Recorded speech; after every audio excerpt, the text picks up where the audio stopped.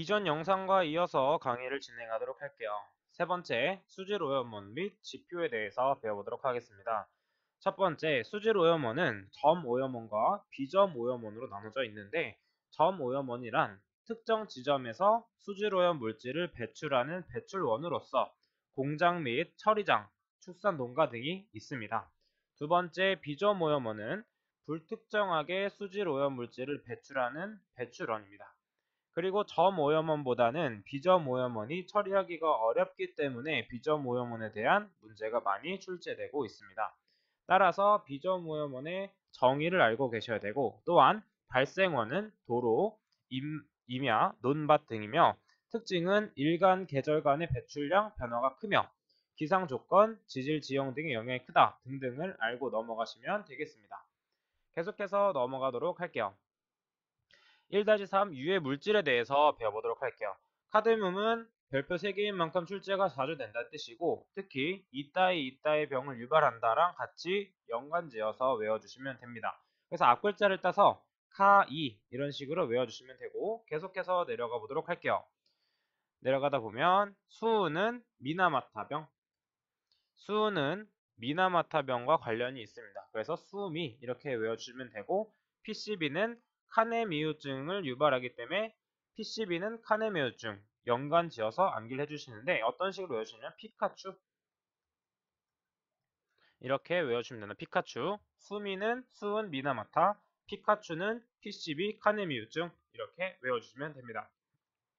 계속해서 크롬은 피부 궤양 및 폐암을 유발한다 정도만 알고 넘어가시면 되고, 다음으로 넘어가서 비소는 피부 청색화를 유발합니다. 비소는 피부 청색화. 그래서 이건 어떤 식으로 외우면 되냐면, 여러분들이 즐겨 마시는 비피더스 이렇게 암기해 주시면 돼요. 그래서 비소는 피부 청색화, 그리고 비피더스를 많이 먹게 되면 장염이 걸리게 되죠. 그쵸? 장염이 걸리기 때문에 위장염 등을 유발한다. 이렇게 같이 외워주시면 됩니다. 또한 망가는 파킨슨병 유사 증세가 있다 정도만 알고 넘어가 주시면 됩니다. 두 번째, 분뇨에 대해서 배워보도록 할게요. 분뇨는 많이 출제되는 문제이기 때문에 특징들을 반드시 암기하시고 넘어가셔야 됩니다. 먼저 분뇨 처리의 목표는 안전화, 안정화, 무해화, 감량화가 있으며, 각각의 특성들을 반드시 외워주시면 됩니다. 그 중에서 고액 분리가 어려우며 고용물의 함유율이 높다는 반드시 알고 넘어가 주시면 됩니다. 자, 계속해서 넘어가도록 할게요. 세 번째, 수질오염 지표에 대해서 배워보도록 하겠습니다. 첫 번째, BOD는 생화학적 산소 요구량으로서 호기성 박테리아가 20도씨에서 5일간 수중의 유기물을 산화 분해시켜 정화하는 데 소비되는 산소량을 뜻합니다. 자, BOD는 계산식이 많이 나오기 때문에 계산식을 보도록 할게요. 계산식 첫 번째, 식종하지 않은 시료 농도 구하는 식입니다. 이때 구하는 방법은 D1-D2, 이때 D1은 초기 DO 농도이며 D2는 5일 후의 DO 농도입니다. 이때 곱하기 P를 해줘야 되는데, 이때 P는 희석 배수이며, 희석 배수는 시료량분의 총량으로서 구할 수가 있습니다. 그리고 두 번째, 잔존식을 보도록 할게요. 잔존식은 BODT는 BODU 곱하기 10의 마이너스 KT승입니다. BODU는 무엇이냐면 최종 BOD 값을 넣어주시면 되고, K는 탈산소 개수, 그 다음에 T는 경과된 시간을 대입해 주시면 됩니다.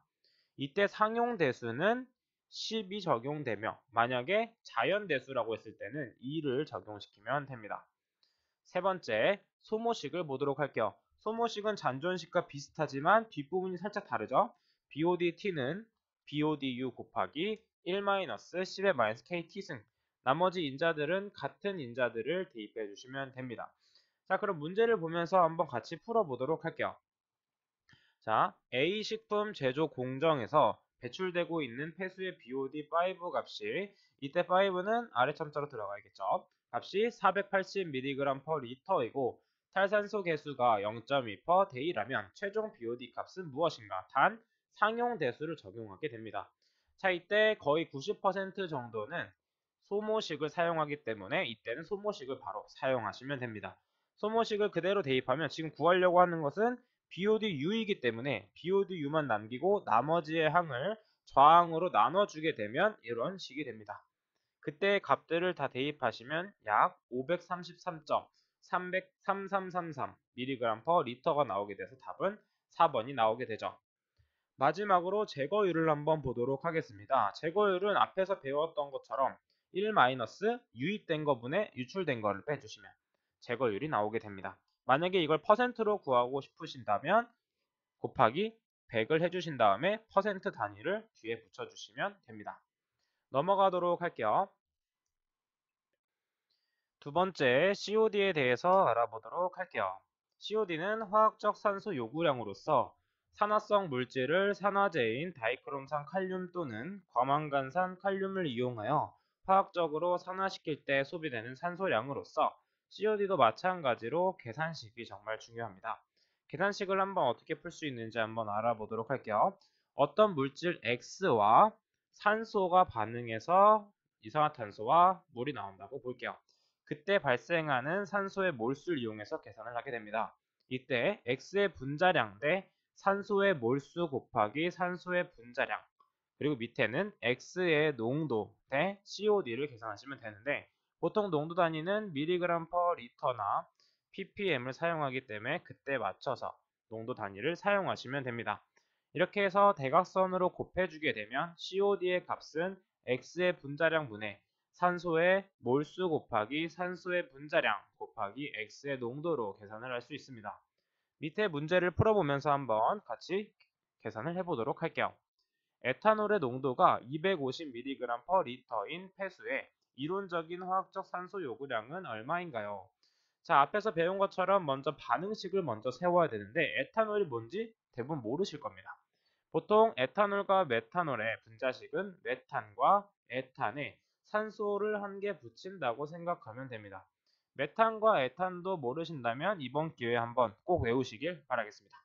자, 에탄올은 C2H5OH에다가 산소가 반응하게 되면 3개의 산소 원자가 발생되게 되죠.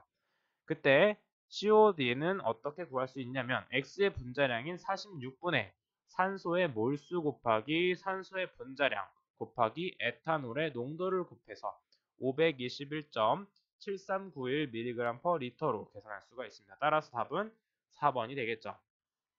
밑에 측정 방법은 가볍게 읽어주시면 되는데 어떤 부분을 집중적으로 읽어주시냐면 농도 계산하는 거에 대해서 한 번씩 읽어봐 주시고 어떤 인자들을 대입하는지 정도만 알고 계시면 됩니다. 또한 여기서 지금 황산은 염소이온은 과망간산에 의해 정량적으로 산화되어 양의 오차를 유발하기 때문에 황산은을 사용해서 염소이온의 간섭을 제거한다 정도 알고 넘어가 주시면 됩니다. 계속해서 넘어가도록 할게요. 이런 문제가 있다 정도만 알고 계시면 되고 계속 넘어가도록 하겠습니다. 자, 세 번째 TOC와 네 번째 THOD가 있는데 이것은 어떤 식으로 출제가 되냐면 THOD per TOC의 비율로 구할 수가 있습니다. THOD와 TOC의 비율을 구하기 위해서는 마찬가지로 반응식을 세울 줄 알아야 되는데 지금 에탄올이 또 나왔죠? 이것은 에탄올이죠. 에탄올은 3개의 산소 원자와 2개의 CO2가 나오며 3개의 H2O가 발생됩니다. 자, 이제 THOD는 이론적 산소 요구량이기 때문에 산소의 몰수 곱하기 산소의 분자량을 하기 때문에 96이 나오게 되고 TOC는 이산화탄소, 이 탄소가 얼만큼 나왔는지를 보는 거기 때문에 2 곱하기 12를 해주게 됩니다. 이때 주의할 점은 이산화탄소의 분자량을 넣는 것이 아니라 탄소의 원자량을 넣어주시면 되는 겁니다. 그래서 TOC는 24가 되므로 THOD per TOC의 비율은 24분의 96이 되어서 4라는 값이 나오게 됩니다. 다음으로 넘어가도록 할게요. 다섯 번째, 경도에 대해서 한번 알아보도록 하겠습니다. 경도는 정의에 관련된 문제도 잘 출제되기 때문에 정의를 한번 같이 읽어보도록 할게요. 경도는 물속에 용해되어 있는 이가 양이온 금속성 물질의 양을 탄산칼슘의 농도로 환산한 값입니다. 자, 이 이가 양이온 금속성 물질은 출제가 잘 되기 때문에 반드시 외워주셔야 되며 항상 이 물질들은 이가 양이온 금속성 물질이다라는 걸 반드시 알고 넘어가 주시면 됩니다. 자, 또한 계산식도 많이 출제되기 때문에 계산식은 뒤에서 어떤 문제와 함께 알아보도록 하겠습니다. 밑으로 내려가 보도록 할게요. 또한 경도는 유사 경도라는 것이 있는데 경도를 유발하는 이온은 아니지만 그 농도가 높을 때 경도와 비슷한 작용을 하는 Na 플러스 나트륨과 칼륨 이온입니다. 아까 위에서 봤을 때 경도 유발 물질은 어떤 것이 있었냐면 마그네슘, 그 다음에 칼슘, 그 다음에 스트론튬, 그 다음에 철, 망간이 있었습니다. 이 5가지 물질은 반드시 외워주셔야 됩니다. 또한 경도는 탄산 경도라는 녀석과 비탄산 경도라는 녀석이 있습니다. 탄산 경도는 어떤 것이냐면 경도 유발 물질과 OH, HCO3, CO3 물질이 결합한 것으로 물을 끓여 제거 가능하므로 이것은 일시적인 경도라고 볼 수 있고, 비탄산 경도는 경도 유발 물질과 SO4, NO3-, Cl- 물질이 결합한 것으로 물을 끓여도 제거가 불가능한 녀석들입니다. 그렇기 때문에 이 비탄산 경도는 영구 경도라고 볼 수 있고, 총 경도를 구하기 위해서는 총 경도는 탄산 경도와 비탄산 경도를 더해서 구할 수 있습니다. 이렇게 참고적으로 알고 계시면 되고, 자, 경도가 높은 물의 특징이 무엇이냐면 세탁 효과를 떨어뜨리고 설사 및 복통을 유발하며 보일러 등의 설비에 물때를 만들어 열 효율을 감소하게 됩니다. 이건 아마 중고등학교 때 한번 경도가 높은 물질에 대해서 한번 배워보신 적이 있을 거예요. 참고적으로 연수는 경도가 0에서 75, 경수는 75 이상이다 라는 걸 알고 계시면 되겠습니다. 자, 계속해서 보도록 할게요. 문제를 한번 풀어보도록 하겠습니다. 경도에 관한 설명으로 틀린 것을 골라주시면 되는데요. 첫 번째, SO4, NO3-, Cl-와 화합물을 이루고 있을 때 나타나는 경도를 영구 경도라고 했었습니다. 그리고 비탄산이라고도 하죠. 비탄산 경도라고도 합니다. 두 번째, 경도가 높은 물은 관로의 통수 저항을 증가시키게 되죠. 감소가 증가가 되고 공업용수로 적합하지 않습니다. 이해되셨죠? 자, 넘어가도록 할게요. 자, 경도 구하는 문제를 같이 한번 풀어보도록 하겠습니다. 칼슘의 농도가 40mg/L이고 마그네슘의 농도가 24mg/L인 물의 경도를 구해보도록 할게요. 지금 원자량과 마그네슘 원자량이 나와 있습니다. 자, 경도는 어떤 식으로 구할 수 있냐면 경도 유발 물질을 곱했을 때 탄산으로 전환을 해주는 겁니다. 자, 이것은 나누기 2 해주는 거는 나누기 2는 가수입니다. 가수. 앞에서 당량에 대해서 배웠습니다. 이해가 안 되시는 분들은 앞쪽에서 당량에 대해서 충분히 공부를 하고 넘어오시면 되겠습니다. 자, 이 40은 칼슘에 대한 농도 곱하기 칼슘의 농도 나누기 가수, 그 다음에 탄산칼슘의 농도 곱하기 가수를 해주시면 되고, 더하기 여기서는 마그네슘의 농도, 뒤에도 마찬가지로 계산을 해주시게 되면, 지금 잘 보게 되면 여기는 40이 아니라 24로 수정을 해주셔야 됩니다. 이때는 마그네슘에 대한 농도이기 때문에 24로 수정을 해주시게 되면 200mg/L, 그리고 탄산칼슘으로 환산을 했구나 라는 걸 표시해 주시면 됩니다. 그래서 답은 3번이 되겠죠. 계속해서 3-6 알칼리도에 대해서 알아보도록 하겠습니다. 알칼리도란 산을 중화시킬 수 있는 척도다 라는 것만 알고 계시면 되고, 이것도 마찬가지로 탄산칼슘으로 환산하여 표시를 합니다. 유발 물질은 수산화물, 탄산염, 중탄산염이 있다 정도만 알고 계시면 되고, 알칼리도에 기여하는 물질의 강도는 자주 출제됐기 때문에 이 순서는 반드시 외워주시면 됩니다. 계속해서 넘어가도록 할게요. 3-7 산도에 대해서 보도록 하겠습니다. 산도는 반대로 염기를 중화시킬 수 있는 척도로 이것도 마찬가지로 탄산칼슘으로 환산하여 표시한다 정도만 알고 계시면 되고, 3-8에 부유물질을 보게 되면 부유물질도 많이 출제되었던 문제 중 하나입니다. 그렇기 때문에 정의와 시험 방법에 대해서 한번 가볍게 읽고 넘어가 주셔도 충분히 문제를 풀 수 있습니다. 계속 넘어가도록 할게요. 자, 이런 것들이 있습니다. 3-9 콜로이드에 대해서 알아보도록 할게요. 콜로이드는 종류에 대한 문제가 많이 출제되기 때문에 종류에 대한 특징을 반드시 정리해 주셔야 됩니다. 콜로이드의 종류는 소수성과 친수성이 있는데, 친수성 콜로이드는 말 그대로 물과 친한 녀석이고, 소수성 콜로이드는 말 그대로 물과 친하지 않는 녀석입니다. 자, 이것을 어떤 식으로 암기하면 좀 편하냐면 소연이는 다이어트 중이기 때문에 염에 민감함으로 효과가 매우 큽니다. 이렇게 외워주시면 됩니다. 자, 어떻게 외운다고 했죠? 소연이는 다이어트 때문에 염에 민감합니다. 다이어트 할 때 염분 많이 먹으면 안 되죠? 염에 민감. 염에 민감하기 때문에 조금만 넣어도 침전이 잘 되는 것입니다. 자, 그럼 문제를 한번 풀어보도록 할게요. 소수성 콜로이드에 관한 설명으로 틀린 것은 나와 있습니다. 소수성, 소현이죠. 소현이는 어떻죠? 염에 민감합니다. 민감하지 못한 게 아니라 염에 민감하게 되고, 그리고 소수성은 물과 친하지 않기 때문에 안에 있는 물질들이 많이 있습니다. 그래서 이 틴달 효과는 무엇이냐면 이 물질에 빛을 쏘게 됐을 때 난반사, 막 반사되는 것들이 틴달 효과라고 볼 수가 있죠. 자, 그리고 표면 장력은 용매와 비슷했습니다. 자, 이렇게 암기를 해주시면 되고 계속해서 넘어가도록 하겠습니다. 3-10 질소에 대해서 배워보도록 할게요.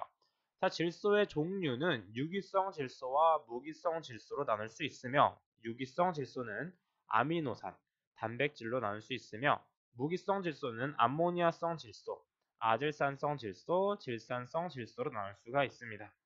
이 질소는 시간에 따른 농도 변화에 따라서 표를 꼭 알고 계셔야 되는데 처음에 여기서는 유해 물질이 투입된 겁니다. 유해 물질이 즉 오염 물질. 오염된 물질이 투입됐을 때는 순간적으로 유기질소가 감소하며 순간적으로 암모니아성 질소가 증가하게 됩니다. 시간이 흐를수록 질산성 질소가 증가되며 아젠산성 질소는 일시적으로 나왔다가 감소하게 되죠. 즉 오염물질과 가까운 곳에 있을 때는 암모니아성 질소가 많이 발생되며 오염물질과 먼 거리에 있는 곳에 있을수록 질산성 질소가 많이 존재하게 되겠죠. 이 질소에 대한 표를 이용해서 오염도를 나타낼 수 있는 것이죠. 계속해서 내려가 보도록 할게요. 자, 질산화는 말 그대로 질산화가 되는 것입니다. 그래서 유기물이 암모니아성 질소로 변하게 되고 이 암모니아성 질소가 아질산성 질소로 변하며 마지막으로 질산성 질소로 변하게 됩니다. 이때 반응하는 미생물이 있는데 암모니아성 질소에서 아질산성 질소로 갈 때는 니트로소모나스라는 게 반응을 하고 아질산성 질소에서 질산성 질소로 갈 때는 니트로박터라는 미생물이 관여를 합니다. 이 질산화도 많이 출제되기 때문에 질산화 과정과 미생물까지 암기를 해주시면 되고 질산화 반대로 생각하시면 되는 게 탈질화입니다. 말 그대로 질소를 가스로 해서 날려버리는 거예요. 그래서 질산성 질소를 제거하기 위해서 아질산성 질소로 바뀌고 그때 또 질소가스로 바뀌면서 이게 하늘로 날아가게 됩니다. 이때 마찬가지로 탈질화 미생물도 잘 출제되기 때문에 슈도모나스, 아크로모박터, 마이크로코크스, 바실러스 등이 있다라는 걸 알고 넘어가 주시면 되겠습니다. 넘어가도록 할게요. 네 번째, 수자원 관리에 대해서 배워보도록 하겠습니다. 1번, 휘플의 사지대를 보도록 할게요. 이 휘플의 사지대 그래프는 아주 잘 나오기 때문에 그래프를 반드시 암기를 해주시는 게 좋습니다. 이 그래프를 암기하게 되면 각각의 네 번째, 수자원 관리에 대해서 배워보도록 할게요. 첫 번째, 휘플의 사지대를 보도록 하겠습니다. 휘플의 사지대 그래프는 좀 복잡하게 생기긴 했지만 꼭 반드시 이렇게 보이냐. 네 번째, 수자원 관리에 대해서 배워보도록 할게요. 첫 번째, 휘플의 사지대에 대해서 알아보도록 하겠습니다. 휘플의 사지대는 처음에 분해지대, 활발한 분해지대, 회복지대, 정수지대로 나뉘며 처음에 분해지대에서는 처음에 유기물이 유입되게 되면 분해지대에서 처음에 DO가 하락하게 되고 활발한 분해지대에서는 DO가 가장 낮은 지점이 존재하게 됩니다. 기타 조류 곡선도 있고 DO 곡선도 있고 이 그래프를 반드시 암기하시길 바라겠습니다. 자, 분해지대와 활발한 분해지대, 회복지대, 정수지대에 대한 특징은 가볍게 읽어주시면서 넘어가도록 할게요. 이거는 읽어주시면 됩니다. 두 번째, 성층 현상에 대해서 배워보도록 하겠습니다. 성층 현상이란 여름과 겨울철에 수심에 따른 온도 변화가 발생하며 물의 밀도 차로 호소에서 표수층, 수온 약층, 심수층으로 분리되는 현상입니다. 자, 그렇기 때문에 이 온도 곡선이 이루어지게 되는데 점점 아래로 갈수록 온도가 낮아지게 되는데 이 수온 약층은 말 그대로 온도에 약한 층이기 때문에 온도가 급격하게 변하는 층입니다. 참고적으로 전도 현상이라는 게 있는데 여름과 겨울철 사이에 있는 봄과 가을에 발생하며 이 표수층의 물이 심수층의 물이 표수층으로 이동하면서 섞이는 현상입니다. 왜 그러냐면 이게 온도가 점점 내려가면서 어떻게 되겠죠? 이거는 여름 온도 곡선인데 온도가 점점 내려가면서 수심과 같은 온도가 되게 됩니다.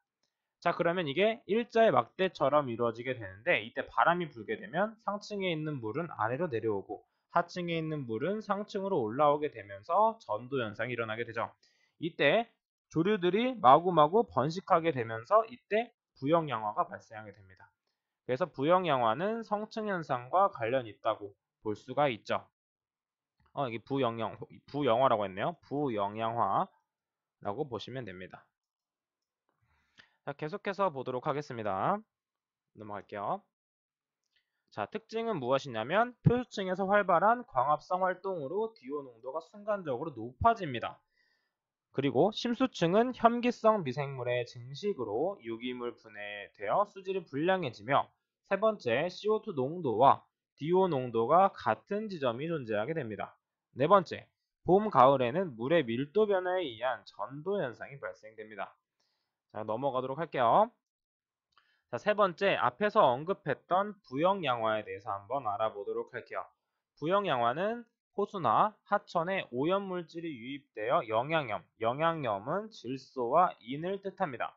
영양염이 많아져서 조류가 과도하게 성장하여 물속의 DO를 감소시켜 생물이 살 수 없는 환경이 만들어지는 것을 부영양화라고 합니다.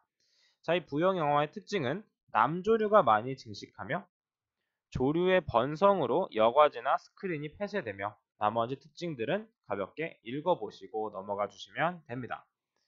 계속해서 넘어가도록 할게요. 네 번째, 적조 현상에 대해서 알아보도록 하겠습니다.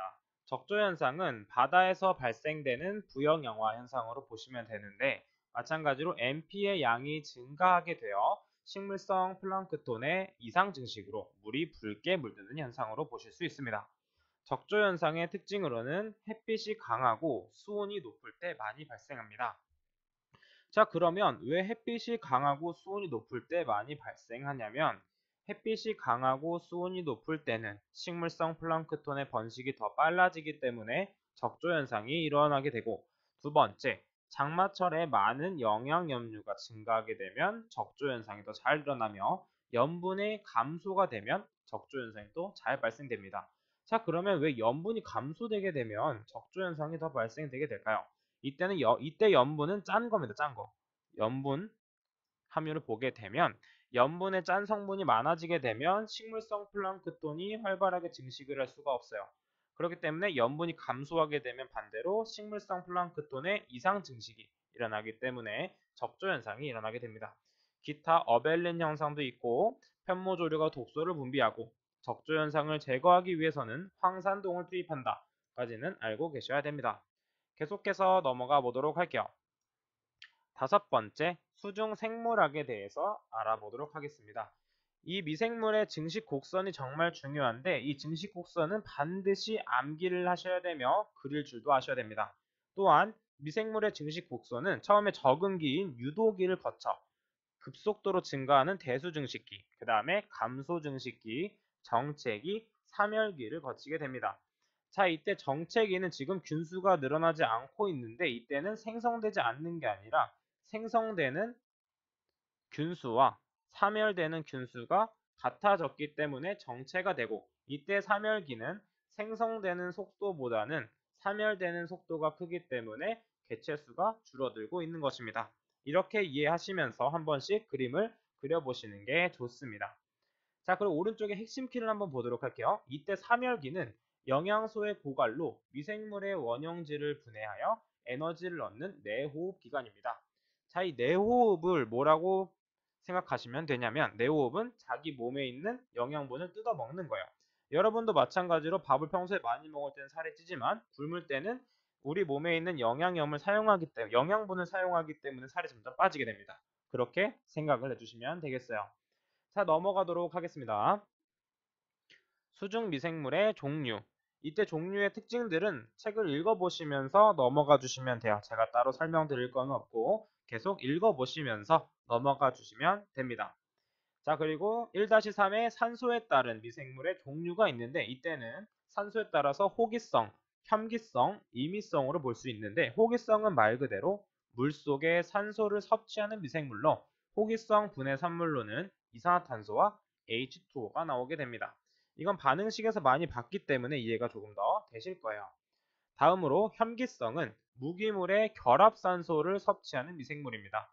순수 산소를 이용하는 것이 아니라 결합산소를 이용하며 혐기성을 분해했을 때는 이산화탄소와 메탄이 발생되는데 이때 메탄은 에너지원으로 사용할 수 있습니다. 참고적으로 알고 계시면 돼요.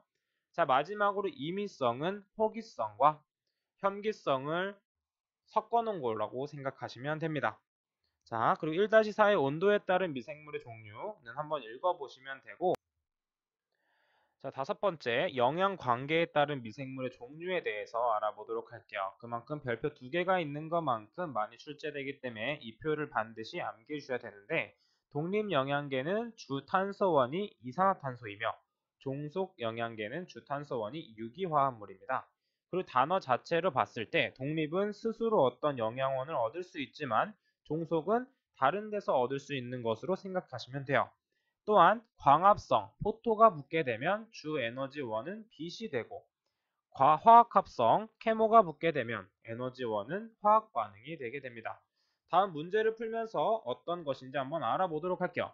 생태계의 생물적 요소 중 유기물을 스스로 합성할 수 없으며 자, 스스로 할 수 없으면 독립적이지 않죠? 그러면 여기서 바로 종속이 나오게 됩니다. 생산자나 소비자의 생체에 사체와 배출물을 에너지원으로 한다. 그쵸? 자기가 스스로 하는 것이 아니기 때문에 여기도 마찬가지로 종속이며 용존 산소를 소비하는 분해자다. 이기 때문에 호기성 상태입니다. 만약에 결합산소를 소비한다 라고 했으면 혐기성이 되겠죠. 자, 그러면 종속과 호기성이 포함된 3번이 답이 되겠습니다. 자, 이렇게 파트 3 폐수 처리의 챕터 1 수질오염 개론에 대해서 배워봤습니다. 다음 시간은 수질오염 방지 기술에 대해서 배워보도록 할게요. 여러분들 수고 많으셨습니다. 감사합니다.